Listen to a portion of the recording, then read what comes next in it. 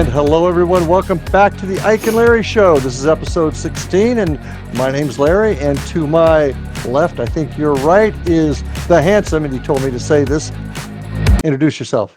It's cost me $5. My name's Ike, and it costs me $5 every time he says that. Yeah, Hope it's worth it.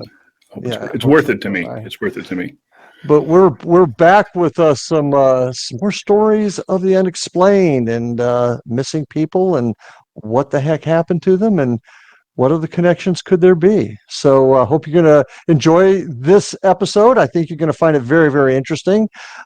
Keep watching, keep subscribing, hit that like button. Let us know that you're out there, and share.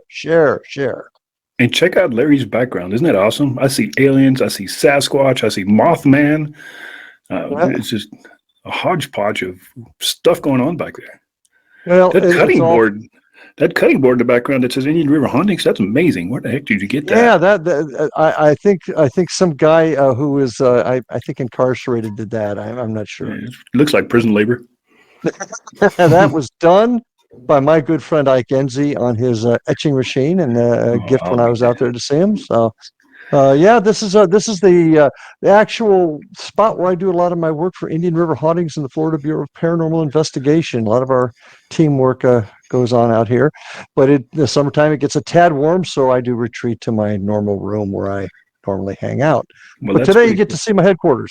That's pretty cool. It's much nicer than my curtain of mystery, which we discussed earlier. Yeah, we're going to leave it at that. There's a mystery behind that curtain.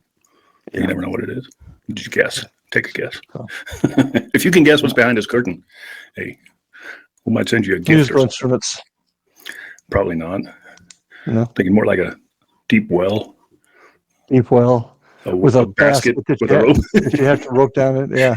Something like that. So whatever you hear coming from anything you hear coming from behind this curtain, pay no attention to it. It's my stomach. That's what it is. Anything else going on? I mean, we had a good results on our last video. I've had several people call, say they liked it. Well, good. And I think it's all about evolving what we're doing. And we're both being retired cops. We like to try and pick things apart. And we've picked apart some of the paranormal stuff. But now we're kind of back, I think, in our wheelhouse here. And I do think there's still some paranormal possible angles that we're going to be discussing on these topics anyway. So I think we're going to get a little bit of everything. And we appreciate folks watching. And give it a chance. I actually re-listened to our last episode. Just sitting on the couch, put it on the big screen because I wanted to see myself in all glory. And it draws you in. That was a good story. I liked it. I mean, it's a fascinating, that last incident, that's a fascinating story what happened to that poor guy. Well, I think if you found the last one fascinating, I think you're going to find this one even more so. All right. I can't wait. Bring it. Right. Ready? So, yep. What's it called? By the way, real quick, if you hear a bunch of noise, I got dump trucks going up and down my road. I don't know what the hell they're building, but there's one going by right now, and it sounds like somebody flushing a toilet or thunder. It's dump trucks going down my road. Well, aren't they building your new estate there with your large castle-like? Hello, it's not a state. It's a pueblo. I'll call it like sovereign nation. I'm building a compound. It's a self-governing sovereign. You know, I have my own currency and everything. Remember we talked about cults on that one episode. That's right. You decided to become a cult leader, yeah. Okay. Well, sorry. Go ahead with your story there. Anyway, today we're going to talk about something that I had not heard about, but after doing some research, I found that it is pretty well talked about in other areas, and it's the story of the Yuba County Five, and it started in February of 1978. And as we'll talk, it's still being looked at as late as 2020. So, and where is Yuba County? Yuba County is north of Sacramento, Northern California. It starts in a little town called Orville, and there's 5 young men involved, and they range between the ages of 24 and 32, and they all have one thing in common, and that's mental illness, and in different stages. And it's kind of interesting. You know, people, as time progresses on in any culture, it's amazing how people look at things so differently 30, 40 years ago than they do now. In this particular case, these 5 young men were all determined to have mental health issues. 4 of them actually were called slow, and oftentimes the R word was used to them. But I think if you look at it more under today's microscope, it's more they were on the autism level, and that's just my opinion based upon what I'm reading, because they were functional.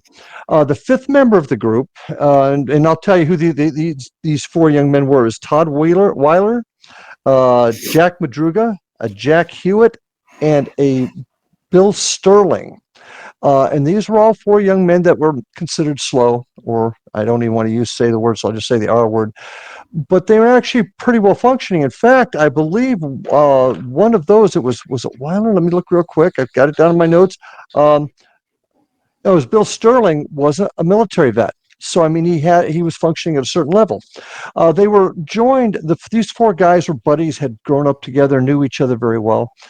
They were later joined by a 5th guy, a guy named Gary Mathias. Now, Matthias was a little different in his situation. He was a military vet, but he had some things, I guess, happen to him when he was younger, and he was a very violent individual, and he had been diagnosed with schizophrenia, had been in the Army, had been kicked out of the Army because of his violent behavior. So he really wasn't like on the what I perceive was the autism spectrum that the others were, but he was deemed to have mental health issues. And where these kids all knew each other, and they were known as the boys, because everybody in town just recognized they were different than everyone else. Some people hated them. In fact, there are stories where the group they were involved in, called the Gateway, was firebombed, and their director was actually killed by somebody. They went and knocked on his door. He answered it. They doused him with flammable material and burned the poor man to death. So the organization itself obviously had enemies. But that was several years before the boys got involved. They became part of a group called the Gateway Gators, and it was a Special Olympics team. And they all loved basketball. All 5 of them played on the team. All of them liked it. And this is where the story starts to get going. It's the day, it's February 24th of 1978. So they're big fans of University of California Davis basketball team, UC Davis. And UC Davis was playing up in Chico, California at UC Chico. They had a game up there. And it was the night before their opening season for the Gateway Gators that would get them into for a tournament that would get them into the state Special Olympics. Okay. So they decide they're going to drive 55 miles all the way up to Chico to watch UC Davis. They're going to come home, play their game the next day. In fact, they were so intent on playing that game the next day, and it was so in their mind, several of them had their uniforms laid out on their bed so they could come home, go to sleep, get up, and put their uniforms on. So there was every intention on their part to come home. But they never did. And that's where the story goes. They made it to Chico. They did watch the game. They actually had I want to say a newspaper reporter saw them and even acknowledged to police, yeah, they were there. They apparently, after they left, they stopped at a convenience store and got a bunch of snacks. That's the last time anybody saw them. Okay, so it's safe to say that some of them had driver's license. They were capable of driving, and they were pretty functioning normal in that sense. The car they drove in, and he was kind of like the group's designated driver, was Jack Madruga. Jack had saved up and bought this 1969 Mercury Montego, and it was his pride and joy. He wouldn't let anybody drive it. He cared for it like it was a newborn baby. He loved that vehicle, but he was the group's driver, and that's how they drove up there. And do you have any idea how far they were going from it was place to the game? Well, they lived in Oroville, and they drove up to Chico. It was about a 55 mile drive, roughly. About an hour drive. Yeah, about an hour or so. So, and folks, if you're not familiar with that area, I've driven through there several times. First of all, it's a very beautiful area. It's timbered. It's mountainous. It's up and down roads. It's out there in Sasquatch country, really. It's pretty nice, beautiful area. Mm-hmm. But yeah, go ahead. Well, they left. They came back. That's the last time anybody ever see them. Of course, the families get worried about them when they don't come home.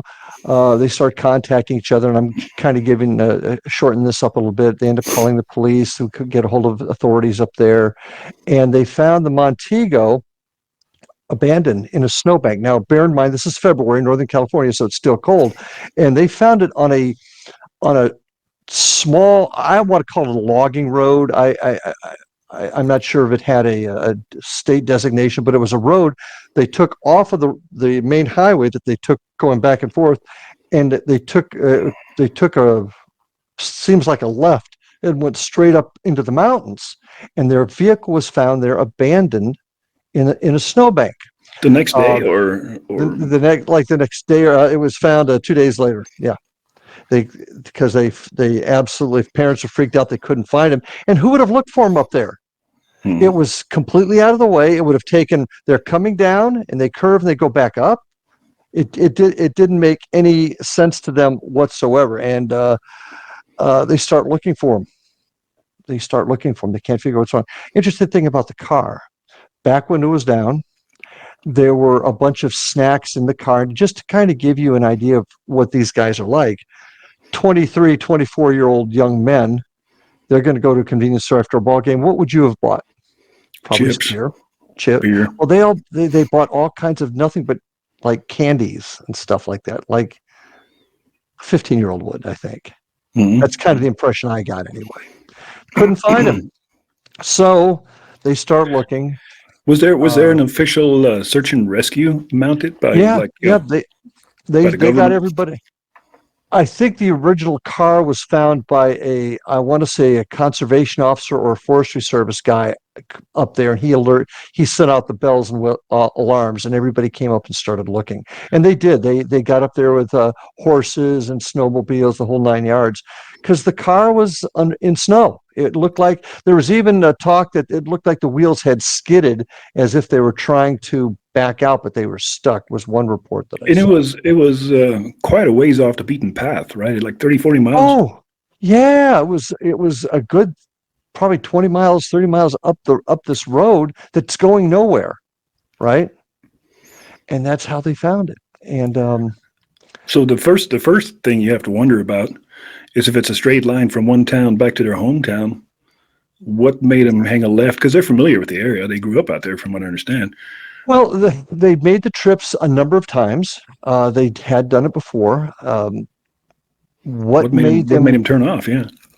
And that's the mystery that's never, ever been solved. Because knowing your car is not really suited for, off-roading out there in the Sierra Nevada mountains.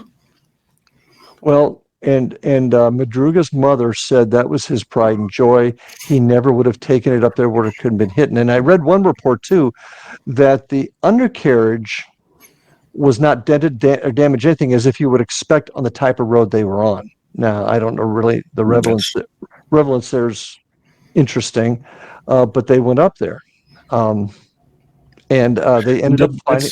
That's an interesting point. The car not being damaged. I have recovered several stolen vehicles on the mountains we have out here. They're usually trashed. Once they leave the pavement and they start hitting these roads, there's flat tires, bent wheels, and just scratches everywhere. And the cars are usually trashed by the time they get out in the woods. But it does, in my opinion, based upon that, tells me that Madruga was taking care going up that road. Now, they didn't know the area. They had to have been lost. And I'm making an assumption here, and I don't want to say that it's an assumption on my part. You've got 5 young men that have issues, and they may not think like you and I would as cops when we're in a situation like that. And there may have been some panic involved. I don't know. But the vehicle was empty, window down. They're gone. Keys were in the ignition? I have not seen any reports saying the keys were in the ignition. It's just very bizarre. It's very bizarre. They may have been a little slow, but they were smart enough to drive to a basketball game 60 miles away. They were smart enough for 2 of them to serve in the military. So they were conscious enough, cognitive enough to know by turning off in wintertime on this road, it's not a good result. Yeah, I think you've got to look at the era. How we would, in my opinion only, how we would look at these young men today is probably a whole lot different than how the populace looked at people in that position 45 years ago. For sure. 40 years ago. So I think that's a huge part of it. And that's why you see a lot of the references to them being slow or whatever. They were obviously kind of functioning that they could go, but they were still impaired enough that they were in with this gateway program that was designed for folks with mental disabilities. Okay. But they were very childlike in many ways. Like Todd Wyer's family talked about, he just was like a big kid. That none of them smoked except for Matthias. None of them, one of them, Wire, would not even talk on a phone, yet there's a report somewhere that somebody saw him talking on a phone, which didn't really pan out. So you're right, they were high enough functioning that they could do it. I don't think there's any question about that, but they probably didn't think like the normal 24, 25-year-old either, somewhere in between. Now, just to break the story real quick, have you read of stories of or heard stories of vehicles or people being picked up by a light and then placed back down in another area? I have. There's lots of stories like that out there. There is one thing that would put a kibosh on that story, though. And that is? I have not gotten to yet. Oh, okay, we'll wait for that. I'm just thinking out, before I know the whole story, what some of the, is it an abduction? Because you often hear that the abductions happen to people that are a little bit challenged sometimes. Mm-hmm. And, maybe they were just driving along and they seen a bright light, and next thing you know, they're out in the freaking woods. Maybe they did drive. There's one thing that is without question is nobody can understand or figure out why they went up that road. Some speculations are that they were forced to, like somebody got in their car and forced them up the road. We're going to talk a little bit more about Matthias and some thoughts on him. Okay. And I got to put this caveat on here too. There's several different little versions of this. So I am not going to sit here and say that the one I am reciting is 100% because nobody knows for sure what happened. So at any rate, they start searching, and let's see, it was on. It was actually the next. They actually found nothing until the snow went, probably about June. And they went up there and they found a couple of guys. They found. Let's see. I want to make sure I got this right here. Like I said, there's just so many notes in this. I've got to. They found a couple of the boys about 2.5 miles away from it. They found their remains. They found. I do want to make sure I get these right, just in case anybody's listening. I want to show the appropriate respect. This story is so interesting, and I just got so many notes. Oh, yeah. They found Sterling and Madruga in the woods about 4.5 miles from a trailer. There was a trailer up there. It was like a fire. I won't say a hunting cabin because I don't think it was that. I think it was for the fire service in case they had to go up there and work. And about 4.5 miles from that, they found the remains of Bill Sterling and Madruga. 4.5 miles from the cabin, or 4.5 miles from the car? From the cabin. This is now talking almost 20 miles from the car. Holy moly! And people, mountain miles are vastly different than flatlander miles. Oh yeah, and I've done my share of backpacking, and I can attest to that. I'm going to say closer to 15 miles from the car is where they found these guys, and they found their remains, and they were able to identify Hewitt because of the shoes, and his jeans were there, and it had his ID in it. They actually found his skull a little ways away from that. Very, very sad. Now, a few miles up the road, about 4.5 miles up the road, they find this fire cabin. Now, apparently people had told law enforcement about it, and law enforcement didn't check it, thinking there's no way they could have gotten that far, which I guess considering the snow and stuff like that, probably logical, but you and I both know you got to check everything out, but that's, I'm not going to Monday morning quarterback. Where do you think they were going? If they drove all the way up in the mountains and then left the window rolled down in the car, and they're really not prepared for any kind of outside survival type situation. Light clothing. They only had light clothing on. You're right. Where the heck are they going? Nobody knows, but that's as we carry this through, I'm going to throw a couple things out at you, and we'll see what happens there. So they get to the fire trailer, right? And they find the windows broken out. Somebody had oddly gotten in there. Now, I will tell you this: if you look at a schematic of the building, it has there's actually two trailers there. They've got a spot that is a food storage area. There was food. They had butane up there. There's some talk of possible firewood, but there was a closet with clothes in it, warmer clothes. Okay, all kinds of things like that. In one of the trailers, they find the body of Todd Weir. Now, Todd was considered, I think, to be probably the most disabled of the group, but also a very, very loving young man. They apparently were just great friends and they cared about folks. But they found him dead. They found him wrapped up in about 3 sheets up to his head, completely wrapped as if he was swaddled like a child. His feet showed severe signs of frostbite. But the autopsy seems to say that he survived up there, they think, for close to 13 weeks. What? 13 weeks? Yes, sir. Good God. I have not seen the autopsy report, so I can only go by what his report here. But he was all swaddled up and he was gone. He had no shoes there. There were no shoes that were gone. But they did find the shoes of Gary Mathias that were in there, but his shoes were gone. And he was the one with the schizophrenia, right? Yeah. Now, they did find, a little while later, they did find the bodies of Jack Hewitt.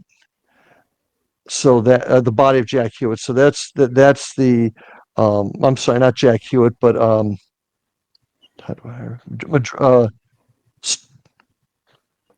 got to go back here. They found Hewitt's body and they found the Sterling. So they found Bill Sterling's body a little bit later. So to recap on the body count so far, 2 in the snow before they got to the cabin, 1 in the cabin wrapped in a sheet, and then the last one you mentioned was where? A little bit farther north of the cabin.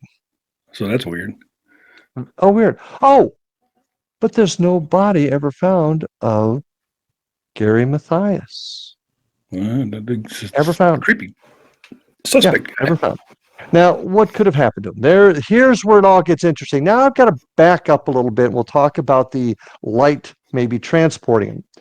There's a guy named Joe Shones. Joe Shones is a 55-year-old male who apparently is staying in a little cabin down the road with his family. And he, for some reason, wants to take his VW Bug up this mountain road to check on a spot to take his camp family on a weekend outing in the woods. But he wanted to see how bad the snow was.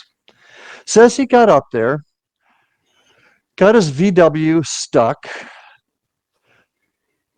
saw some lights in front of him, and saw a red truck and another car with about anywhere from 2 to 12 people. Now, how 12 people would have gotten up there in this red truck doesn't make sense, I grant you. But 2 of the people were a woman and a young child. He related the story after he'd seen him. He started calling for him. They didn't answer. And they walked off as if they didn't see him. He goes back to his car. He starts to move his car. He starts to have chest pains. He's having a heart attack. He doesn't know what to do. So he climbs back into his car and he falls asleep for a couple hours. He gets up, walks back down, gets picked up by a guy named Anderson and his girlfriend and takes him to town. And while he's doing that, he tells them a crazy story about he's driving up this road and he's being followed very, very closely by a car that's right on his tail, and he's frustrated. He's mad about it. He's acting mad about it. And finally, he gets his VW stuck. The car stops, and he confronts these guys, and they just get out of the car and walk away.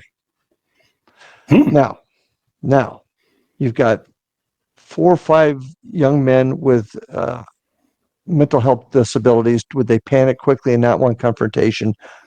We'll see. That's all for speculation. At any rate, he gets back. He doesn't say anything to the authorities about it, but he does tell his wife about it. He has a first interview on March 2nd with authorities, and he says, I saw these people, but I think I might have been hallucinating, because he talks about a red truck. He talks about the woman with the child. He talks about a number of other males there. On March 7th, 1978, he does a second interview with law enforcement. Now, nope, I know exactly. Those cars were there. Why they didn't help him, we don't know. He doesn't know either. Uh, Joe Shones, rather, did have a history of drinking a lot, apparently. Apparently, he'd gotten in trouble with some Grand Theft Auto. I think a year or so after this incident, he got picked up for DUI. So he's had a little bit of a few brushes with the law. But he can't answer where these people went to, where they went to. And you know what's kind of funny is there's one story he talks about this car coming up behind him, right? He's stuck in the snow, but when they find Madruga's Montego, there's no talk of another vehicle up there. The road is also very, very narrow. You can't turn around. You come by, you look off to one side, you're going down the mountain. Over here is the side. You can't turn around, and there's snow. So what happened to that VW when law enforcement or rescuers found the Montego? Doesn't make sense. Doesn't make sense. Now, another interesting story, and then I'll take your questions because I see your detective mind going a mile a minute here. I'm just puzzled by the whole thing, actually. Oh, it's crazy. About 2 years before this, Wire was seen by another gentleman hunting with a friend of his in a cabin they shouldn't have been at, they say. And there was a woman and a child with them. And you know what they were all driving? A red or rusty colored truck. Oh, hell no. And that was about 4 or 5 miles from where Wire's body was found after the tragic incident. Wow.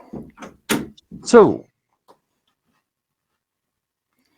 I could go on and on. I mean, Matthias disappeared, no body, drug history. But Matthias had 2 years of being on medication, and all of his doctor's reports had pretty much said he was now, as long as he's taking his meds, he's doing great. He hasn't had any trouble, no acts of violence or schizophrenic actions in 2 years. So they're considering him a success. Now, they get stuck up there. He's off his meds. His stepfather, who used to help him make sure he took his drugs, his medicine, said that if he was off it for a couple of weeks, he was going to revert back to hearing voices and doing all kinds of crazy things again. But not that night. In fact, I saw one report he was into the doctor's office and got his medication, I want to say the day before they traveled. And even if he did have an episode, to convince the other 4 guys to hang a left and go up into the middle of nowhere, well, they weren't that handicapped to where they couldn't put 2 and 2 together and like, no, we're not going to do that.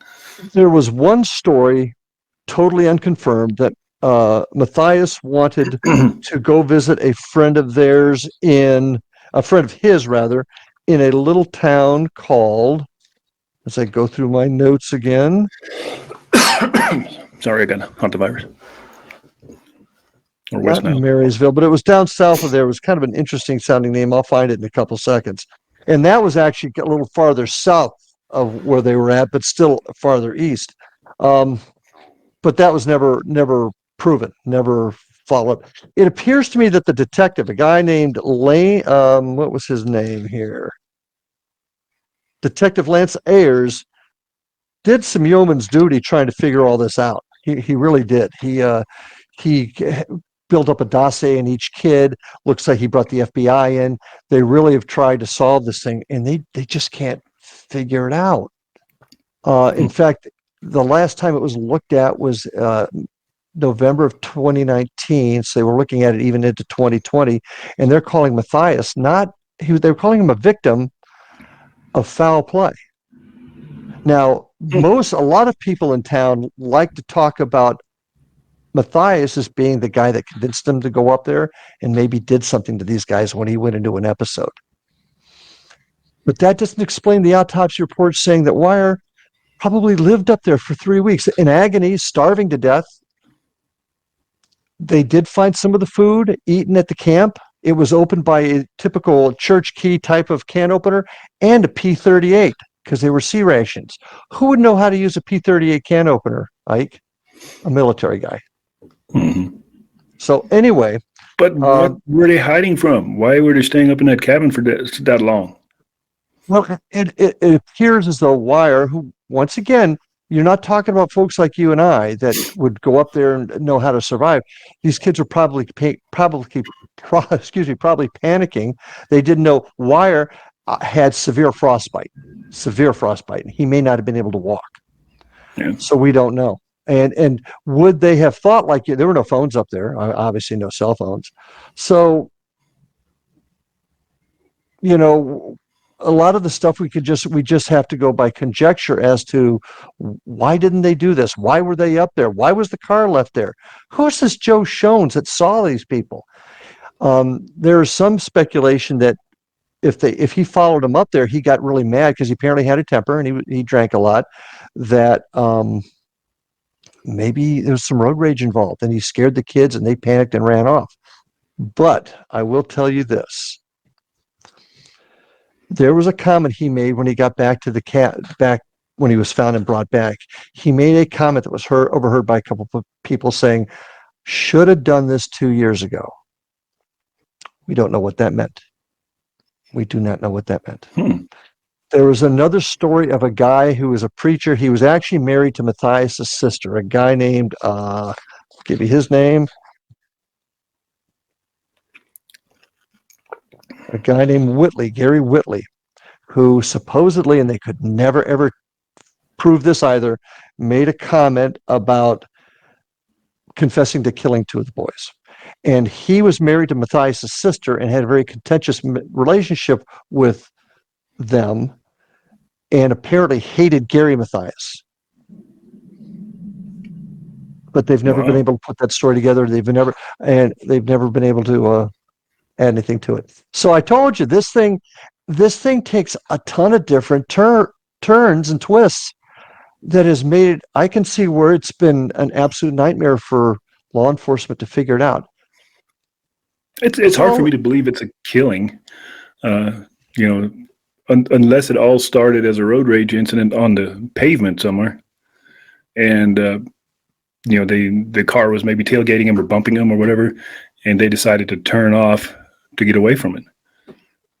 And that's interesting you said that, because I still have a huge issue of, if the VW was stuck in the snow and the Montego came up behind him on a road they can't turn around on, how did we not get the VW? How did we get it behind it? How did we get it around? We don't know. Sounds pretty sketchy. Yeah. So, your question, sir. Well, I have a lot of questions that make no sense at all. I mean, starting with why did they turn off? It could have been a road rage incident, but there's a lot of people in that car, and they're not that handicapped where they can't take care of themselves. Obviously, they're going to basketball games. Two of them were in the military. They're going to the store to buy gas. They're buying food. It's like you said, the standard of handicap was a lot different back in the 70s. And now, if you took that standard today, then probably 50% of the population would be considered handicapped. Well, sure. And we also understand more about autism and things like that. I think it's more widely known amongst folks. Certainly we in law enforcement have also received different levels of training on how to work with folks like that. So you're right. It's just a different. Unless they knew the person that was being aggressive towards them, and they knew this person was a little crazy, as far as combative or just violent. And they're like, oh, it's so-and-so. We need to get the hell out of here. And didn't want to confront him. Yeah. And that's where this Whitley guy comes into play. But how did Whitley catch him? Now, they were at the basketball game. I think it was a reporter that was reporting on the game, when talked to by police, identified the five boys as being there. The clerk in the store where they bought the treats afterwards recognized them. So people had seen them. They obviously got up there, and they were obviously on their way home. So did Whitley, let's just say it was somebody, like you said, that had something out for him. This Whitley was considered the town bully, I might add. Did he stalk them up there? Did he just accidentally run into them? Did he have a plan? That doesn't take away from Joe Shones seeing him up on that road. And Anderson and his girlfriend confirmed they picked this guy up who got him back, and he was having heart trouble. Did Shones or the other guy? Did Shones or the other guy ever take a polygraph test? Do you know? No, it does not say that anywhere, and I don't know that law enforcement did that. If they did, I didn't see it in what I was watching. Now, there's a number of other videos on and out there, and I admittedly haven't seen all of them, but in the ones I've seen, that was not mentioned. They weren't considered. this wasn't considered a crime. Right. So I don't know if they were looking at it that way. They were looking at it as a tragic accident. But I smell a rat. I really do. Well, absolutely. Absolutely. The attitude back then was it's 5 handicapped kids who just, took That's a been wrong turn. mentioned too. Yeah. That's been mentioned. They panicked. They got out in the snow and they walked until they died. But the one person that probably had more skills than any of them, his body's never been found. Now, we all know it could have been that when they found Hewitt's body, for example, they were all, the predation had come in and spread the bones out. So it's entirely possible that, he died and they've just never found the body. Yeah. For them to flee in different directions or semi same direction, I guess, but not taking the road, just going cross country in the snow, that indicates something's really scaring them. You don't just stop your car, get out and haul ass cross country unless something's after you, whether it's a person or something else. And leaving your windows down in your car and going, and the doors open. They're unlocked. They just abandon the vehicle. So either one or two things happen. They either, and where their bodies were found is evidence of this, I think. They got scared and ran, didn't know what to do, and they panicked. Or they were picked up and taken somewhere. There is one story. Hate to keep interrupting. I apologize. No, that's perfect. Perfect. But there was this red truck popped up again down in, I want to say, was it Brownsville? It was south of there. The name's escaping, but it's way south, where at a time later, the 5 boys were seen in the red truck. But there's nothing to corroborate that story, and there's nothing to prove it. In that same story is where they said that I think it was Wire was on the phone, and he hated phones. He didn't want to touch phones. He had that that issue. So it didn't make sense when they said that. So that story was pretty well tossed to the side, but another sighting. The other two red truck stories are Shones, and I think Shones is the other one. So I think if maybe it was just a form of bullying or harassing that's gone bad. Maybe the guy was behind them trying to scare him, and they turned off, and the rest is all on them. They got stuck, but still, they were smart enough. They would have known. They know the area. They all grew up out there, and they wouldn't go cross country. They would have walked back down the road if the car was stuck. Well, they didn't. They didn't know the area they were in. They'd never been up there. None of them liked being out in the snow. None of them really liked the wilderness. Now, here's another curveball I'm going to throw you. Apparently, Shones had a child with developmental disabilities, and she went to a facility in Sacramento where he was from. And the boys with their basketball team played at that facility several times. Is there a connection there? I remind you also that in Oroville, where they're from, the place Gateway had threatenings of fire bombings, and their director was actually burned to death. And it was all because of what the facility was. So you're thinking, I can't disagree with it. There's bad blood there. Why, we don't know. But we know we do know that they weren't killed. They mostly died from exposure and probably starvation, right? Yeah, I've heard two versions of it. The first one is they determined through the bones that they died of hypothermia. It would be tough to come to that conclusion today in this modern science, but in 1978, for them, just with the bones, to make that determination, I think it's logical, but I don't know if they medically proved it. I haven't seen the medical reports. But I think starvation and hypothermia does make sense. There's no indication anywhere, especially on Wire's body that was found wrapped up, that he was injured, stabbed, shot, beaten, or anything like that. He just died. And they were able to tell he died of exposure and starvation. But he lived for a long time in that trailer. They said 13 weeks. That's insane. Yeah. If he had, if the frostbite killed him, if it turned gangrene, that would have happened a long time ago, not 13 weeks later. Well, it depends. Yeah, I agree. But also, Ike, while they did eat some of the food in there, they did not take advantage of some of the other things that were available in those trailers, such as the clothing, the butane. Now, yes, they were maybe not as high functioning as what would be considered normal back then, but if Matthias was there, and there's every indication he was, because his shoes were left there, and we believe he took wire shoes, so we believe that Matthias was there.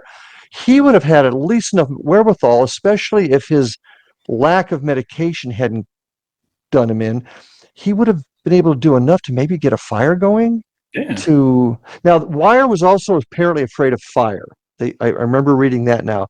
His house burned when he was a child, and his parents pounded into him how serious fire can be, and so he's afraid of fire. Is that why they didn't do it? Why the shoe swap? Maybe the other shoes were better, more suited for climate. That's what I'm thinking. It wouldn't be to throw somebody off the trail to leave different footprints. No, and think about this for a second. Here's the Wire's body. It's just not cast aside. It's carefully swaddled up. It's covered. It's with sheets, 2 or 3 sheets are wrapped around it. His whole body is covered. That to me is more of a respect, showing some sort of respect, rather than I don't give a damn about you. And plus, that person understood what was going on. Exactly. Yeah. So I don't believe it would be a staged crime scene, like somebody did all this in the trailer. No, I didn't get that impression. No, if you're psychotic, you're a serial killer, you are going to do something to shock the finder, if that's what you wanted to be. If you wanted to leave your signature, you would have done something to show that it was you, and none of that occurred. I think it was done out of respect for the remains. That's my opinion. How did the 2 people that were found prior to the trailer die so fast? I mean, what happened today? They found the bones spread out, and they can't say for sure. I know it sounds like 2 of them. It sounds like 2 of them made it to the trailer, and one of them made it past the trailer. Yep. And 2 of them died before the trailer. So the 2 that died before the trailer died presumably first because they never made it to the trailer. Yeah. I wonder what got and one boy was only found because it was his backbone they found. That was it. I mean, predation obviously had taken place, but now depending how long it took them to get halfway to the trailer or however close they were. I mean, if it was 4 or 5 days, I'm sure. February 24th, and these remains weren't found till June. Now, but look at it this way: February 24th, and if that dude lived in that trailer for 13 weeks, that's over 3 months. I mean, the snow would be melting; it'd be springtime. Well, yeah. Well, and I think that's how they were able to find everything, because the snow was melting. Now, why they didn't check the trailers before? Speculation. Probably what happened there is they couldn't have made it that far. There's no way they would have made it that far. So they didn't bother to check, which probably was a mistake that, once again, I'm not going to second guess. I don't know what the circumstances were, but had they checked, it might have resulted in a different finding. I also wonder if they got separated. That they randomly come upon this shed. Was there some kind of path that they were following, or were they all in a group and then the weaker ones fell behind and died?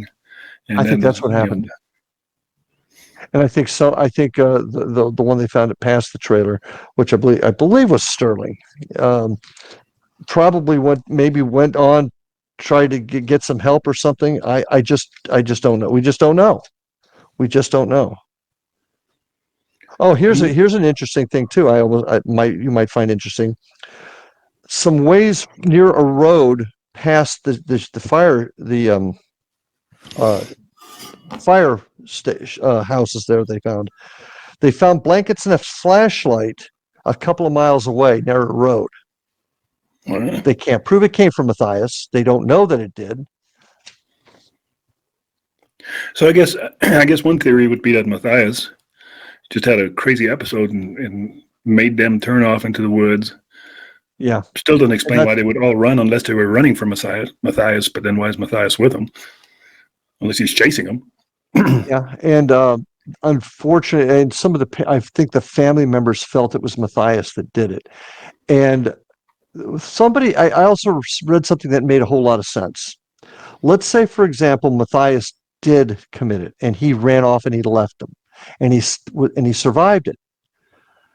If he was off of his meds and he was anywhere near society, he Sure. probably would have started acting really, really off the base, and Yeah, the cops would have picked him up somewhere and probably put him somewhere, and they would exactly. have figured him out eventually. So that's why him surviving and getting back into the populace probably doesn't make a lot of sense. I also don't buy that Matthias was like chasing these guys through the snow. Because if you have a group of 4 people running and there's a bad guy behind you, what happens 99% of the time? All 4 people split up. They're not going to run together as a group. Everybody's going to pick a different direction and yelling and screaming and trying to get away.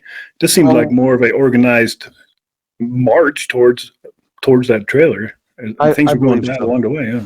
I believe so. But on the same token, we need to be careful not to put how we would logically react ourselves to this particular group too. Yeah. We do have to keep that in mind. I generally I agree with you. Don't misunderstand me. But I think we do have to keep that in mind. Just going through some of my other notes here, and the notes are. I mean, wow! And I would read one thing, watch one thing, and there was always a little bit something different. The Schoen story is pretty in all of them.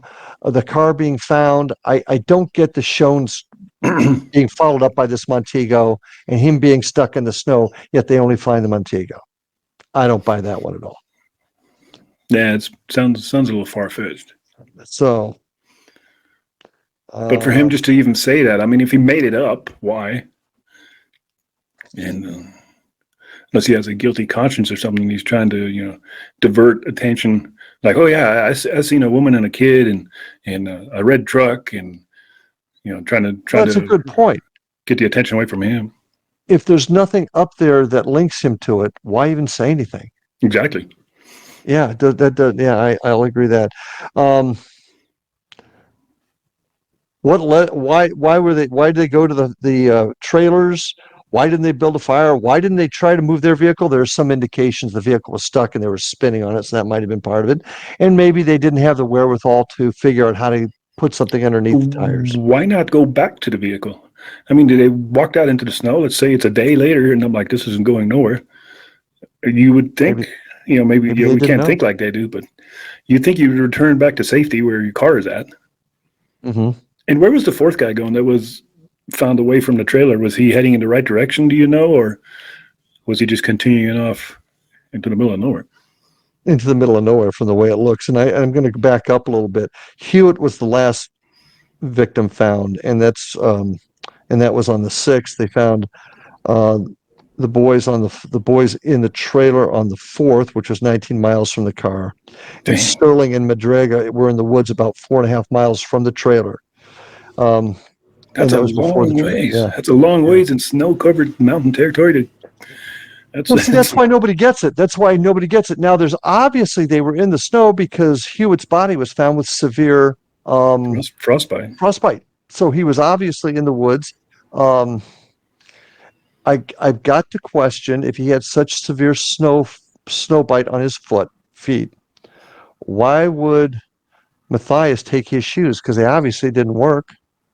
They froze. Yeah, exactly. So we just don't know. And also, if he must have gotten frostbite much later on, because like I said, frostbite, it doesn't take long to turn frostbite into dead flesh and gangrene. It enters your bloodstream and you're dead. That process happens pretty quick. You wouldn't be living for 13 weeks in a trailer with frostbite on your feet, unless it wasn't all that bad and he got it much later on. Or his shoes were taken and up at the trailer, maybe they were taken much earlier on, and he got frostbite while he was up there in the trailer.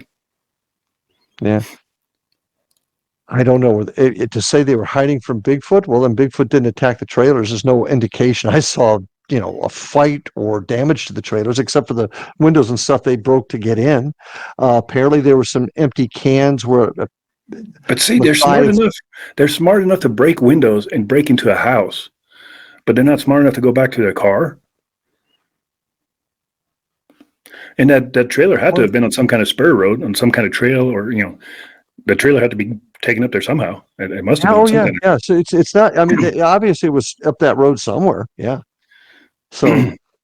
I mean, they probably didn't bring it in by helicopter. So Or, to recap the story, the way I understand it, is 5 guys go to a basketball game.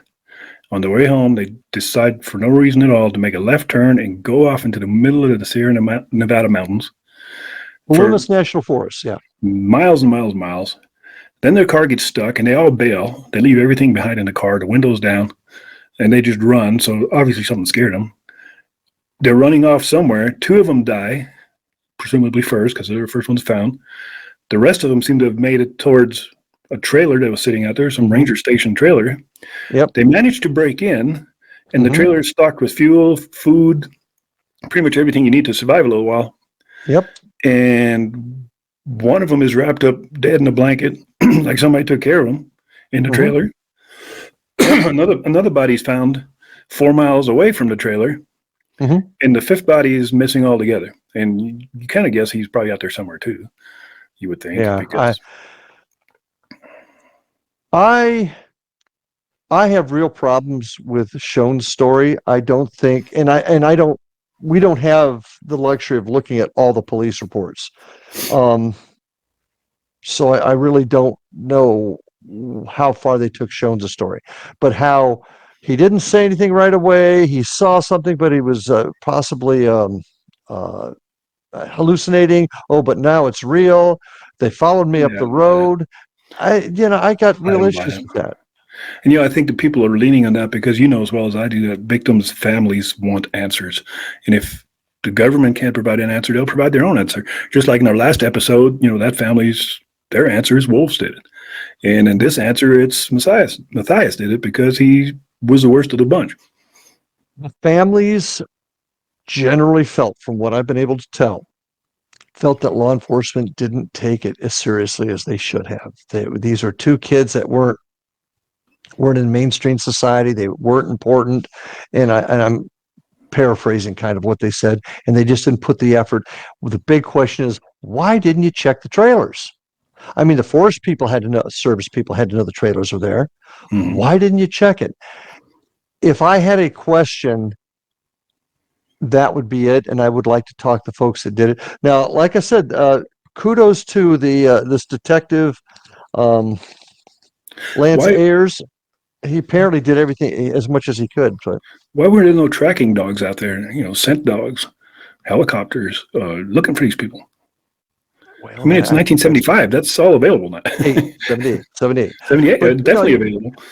Your point is well taken, and that's one of the big arguments that they had. Why didn't you do more? They felt as though law enforcement did not do everything they could have, and I can't sit here and say they did or they didn't. But yeah, it sounds like it. I mean, if you have 5 people lost and you find their car, you definitely know they're not going to live very long out there. And so time is of the essence. You have 48 hours, and after that, it's looking pretty slim. And yet this guy lives in a trailer for 13 weeks up there, and still nobody has found him until he's dead. I mean, did they say he was alive for 13 weeks? Or when did he die? They said he survived. His heart was beating, the way I see it, for 13 weeks. Whether or not he was functional after 10, and I don't know. That's totally insane. That's totally insane. Yeah, I don't get it. That's Jesus. That's over 3 months of living in that trailer. That's a long time. That's a quarter year he's been living up there in that trailer, and nobody notices and nobody finds him, and it makes no sense. It makes no sense. Now, they probably thought it was too far away, because oftentimes in search and rescue situations, they start out with a small perimeter, and then they go to 3 miles, and then they go to 5 miles. And a lot of times they give up after 5 miles because they say there's no way a 5-year-old could have made it past 5 miles. And then, a year later, they find the bones 20 miles away. So it's amazing what some people can accomplish, I guess. And we're talking about a trailer in February after severe snows, and there was a severe snowstorm that went on. They found him at the trailer 19 miles away. And he apparently had survived for some period of time. That's crazy. So there's a lot of unanswered questions. And I mean, to tie into paranormal, the paranormal could be a weird light in the sky. and they were following it, or something got their attention to go that direction. Joe Shones had more on this than meets the eye, I think. And I would love to know if someone out there has some additional information they were able to completely cross him off a suspects list. I would love to hear it. So Yeah, because he's definitely sketchy. yeah, Definitely. But I don't think he's the one who killed him. I think he may have been chasing him, and they just panicked and turned off on the road. And in their panic mind, they're looking in the mirror and they're like, "Oh my God, he's still back here. He's still coming." And they get stuck and they run.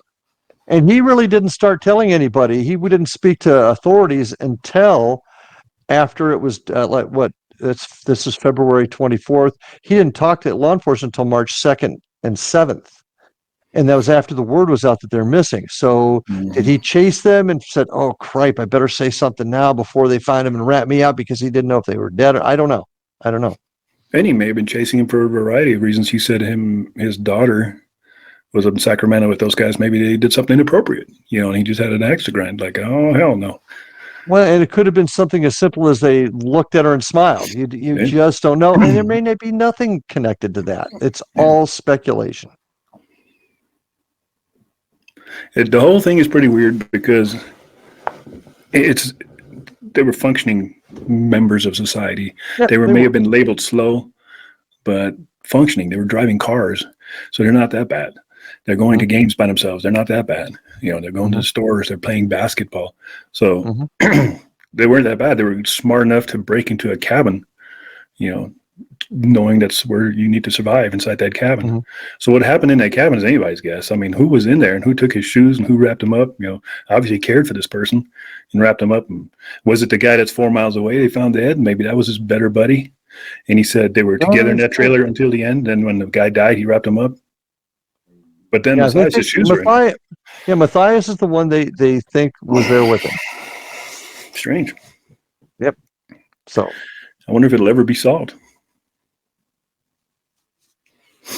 I don't think so. Not unless somebody talk. I do find it interesting that one guy, that the guy that was married to Matthias' sister, the story of I killed 2 of the boys. I mean, we can't prove it, and people say stuff all the time, especially when they themselves aren't right.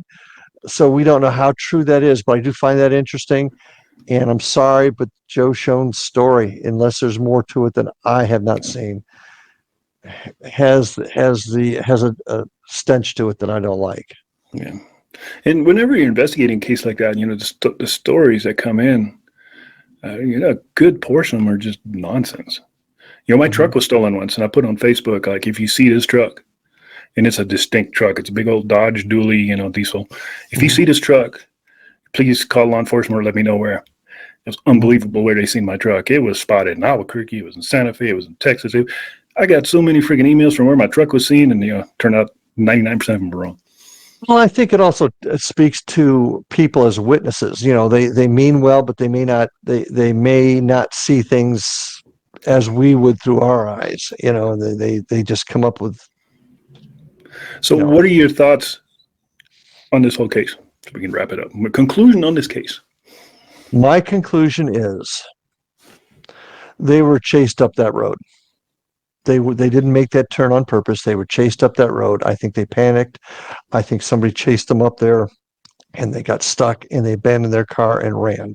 And whoever it was that chased them up there was able to turn around or somehow get out, and the boys died up there on their own. While I can't say for sure, I am not confident that Gary Matthias is culpable in any of this other than being a victim like the rest of them. I think he died somewhere probably definitely away from the trailer, and he died, and his body's just never been recovered. But I think they were chased up that road. Why was it a road rage, or was it somebody that did not like the Gateway project? I don't know. But I think that's my opinion of what happened. They got up there, they got scared, and they panicked, and they died. I'm with you 100% on that. Makes total sense to me.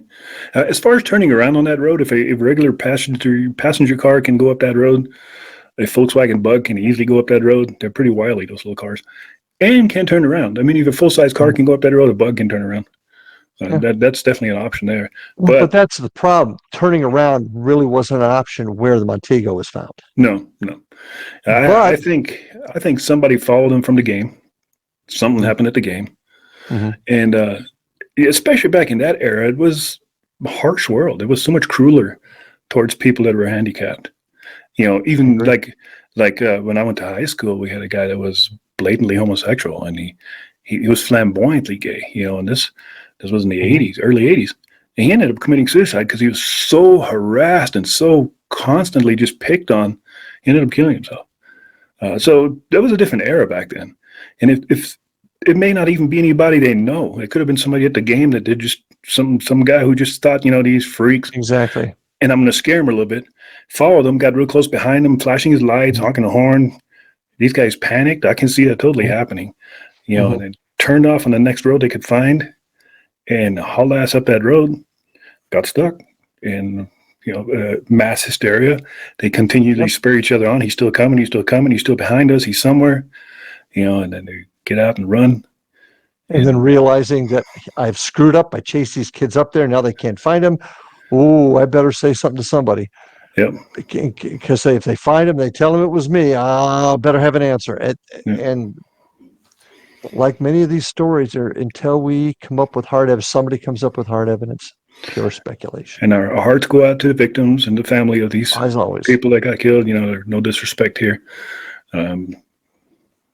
It's a terrible situation. That's what we think about this case, right? That's a wrap. All right. Well, this was episode 16. Was it 16? Yeah, 16. That's 16. Very good story, Larry. Good job bringing it to us. Thank you, sir. I enjoyed the story because I didn't read it intentionally a whole lot. I've heard of it in the past and I've watched a video of it, but I intentionally didn't want to research it at all so I could get a fresh perspective of what you're saying and kind of, I like it that way better, so I don't have any preconceived notions.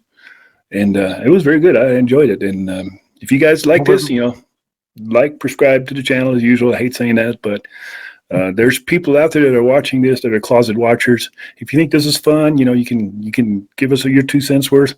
But follow us on this channel. We're going to keep doing more. I've got a next one lined up ready. I got the next story. It's going to be a good one too. I'll enjoy it. We're looking forward to it. Heck yeah. And in other news, nothing else. So this is the end of the show, Larry. End of show. But Amazon, Haunted Indian River Counties, you get on Amazon and hell. Yeah, wait, come on. What are you talking about? There we go. Okay, people stand by. Or you can go to my website and get it too. Isn't that neat? Yeah. I highly recommend going to Larry's website. Save yourself a few bucks. He ships them out really quick, and like I said, he may sign it. Yeah, he may sign it or leave some other form of DNA on it for you. Good to know. Let's go. Yeah, TMI. Anyway, so all right, it's the end of the show. We'll see you guys next time. Bye. Thanks for watching. Bye.